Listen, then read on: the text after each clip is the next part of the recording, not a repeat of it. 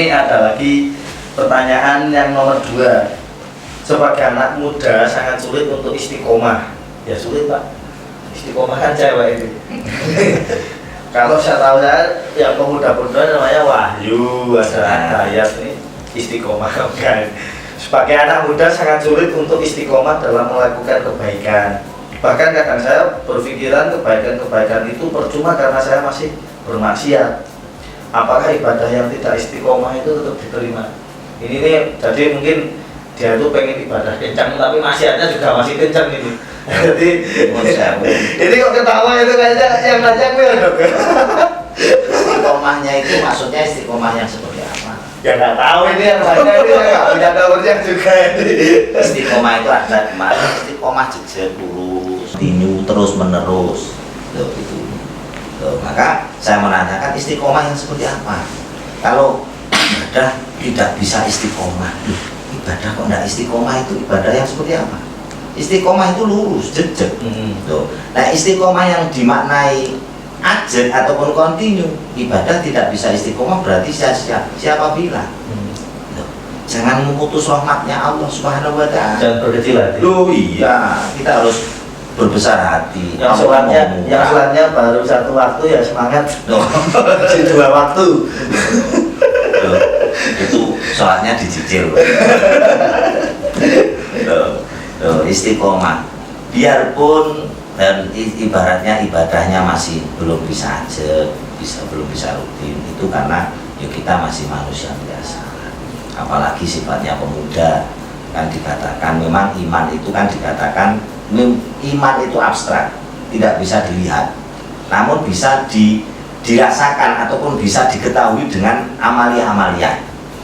Maka iman itu kan menjadi dibagi menjadi 4 bagian.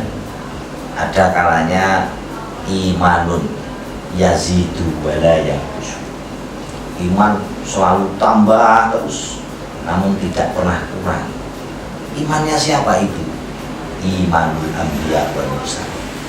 Imannya para nabi dan para utusan. Itu kan menaik terus. Loh, derajatnya tambah dia, tidak pernah kurang. Loh, karena apa? Nabi dan Rasul mempunyai sifat maksum, mempunyai sifat dijaga dari kemaksiatan. Sementara yang menurunkan iman adalah maksiat. Yang kedua ada yang dinamakan imanun la yazidu wa la yanqus.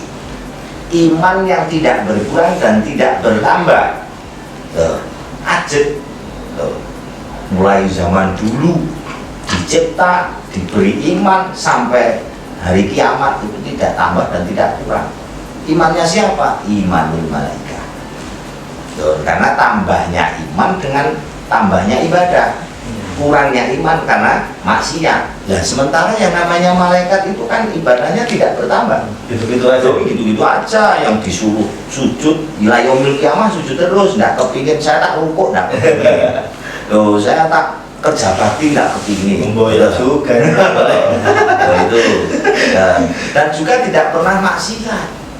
Maka yuk ajak. Yang ketiga adalah nggak tahu konten nomor 1 bangsa. Oh, nggak tahu. Yang ketiga adalah iman yang dikatakan di situ imanun yazidu wa yanqus. Kadang bertambah, kadang berkurang, grafisnya naik turun. Imannya dikit, kurangnya banyak. Imannya siapa? Iman kita semuanya lah. Loh, masyarakat umum, apalagi kita pemuda-pemuda. Imannya kadang tambah, kadang turun. Nah, usaha kita, nek berusaha kan usahanya tambah terus. Dan namun nek sudah yo jaga-jaga, sudah meneman itu, insya Allah. Dan jadi nek pas ibadah akan naik imannya, nek pas maksiat turun. Maka tadi dikatakan karena masih banyak maksiat yuk percuma ibadahnya ya enggak. Kalau enggak sama sekali enggak ibadah berarti turun terus. Kalau maksiat terus. Oh iya, istiqomah maksiat. Itu nanti bulan yang keempat. Istiqomah yang keempat. Yang keempat apa? Imanun la yazidu wa yanqus. Tidak bertambah dan sudah terus. Siapa itu? Imanul munafik. Imannya orang munafik. Maka kita harus semangat. Tuh. semampu kita beribadah, harus tetap beribadah. Meski masih ada maksiat. Ya itu wajar. Dan karena kita manusia itu kan asalnya kosong, Mas. Terus diisi oleh Allah Subhanahu wa taala sifatul malaikah dan tobatul bahimah. Sifatnya malaikat apa tadi? Ibadah bila maksiat. Watake hayawan sakarpe dewi. Loh, maka biar imbang, maka kita setengah saking ayo kita bareng-bareng berorganisasi Nahdlatul Ulama di Ansor. Ini untuk menyeimbangkan antara dari sifatul malaikah dan tobatul bahaim. Paling tidak minimal imbang loh, Mas. Tuh, yo kadang ibadah organisasi Ansor mikir ke NU. Kadang kalau yo pemersatu bangsa nopo. Yo junjuk terus-terus. Oke, ono ibu. Pelan-pelan ya. Nah, Jadi tobatnya ya, pelan-pelan. betul. Nah itu tadi yang maksiat jangan berkecil hati. Kurangi dikit-dikit maksiatnya. Jadi masih ibadahnya tetap. Dan insya Allah apabila kita di Ansor, loh, itu akan menjadi kita akan lebih baik. Harus semangat, loh, di Ansor harus semangat. Kadang tanpa kerosok berkumpul dengan orang soleh juga betul. jadi Ya. lambat laun malu untuk bermaksiat Paling pelan-pelan tidak ya. keberkahan orang Iya. soleh tersebut. Dia ini sahabat-sahabat dimanapun berada yang merasa masih ada kekurangan jangan malah yuk berkecil hati yuk malah pokoknya bos angkat tadi wong api apa maksiat terus istiqomah dalam kemaksiatan malah berat ya. Maka termasuk syaratnya kita bisa taat. Aslu taati ada tiga. Pokoknya atau kuncinya kita bisa taat pada Allah itu ada tiga. Yang pertama al-hub, punya rasa cinta, cinta pada Allah, cinta pada Rasulullah, cinta pada organisasi, cinta pada alim ulama, Cinta pada yang lain. nah itu bisa juga. itu penyemangat. Oh iya. Kita tidak punya cinta tidak bisa hidup. Ya. Satu. Sangat mitis sekali nih kalau kita nggak bisa hidup. Terus Iya betul Pak, kita tidak punya cinta tidak bisa hidup. Ya.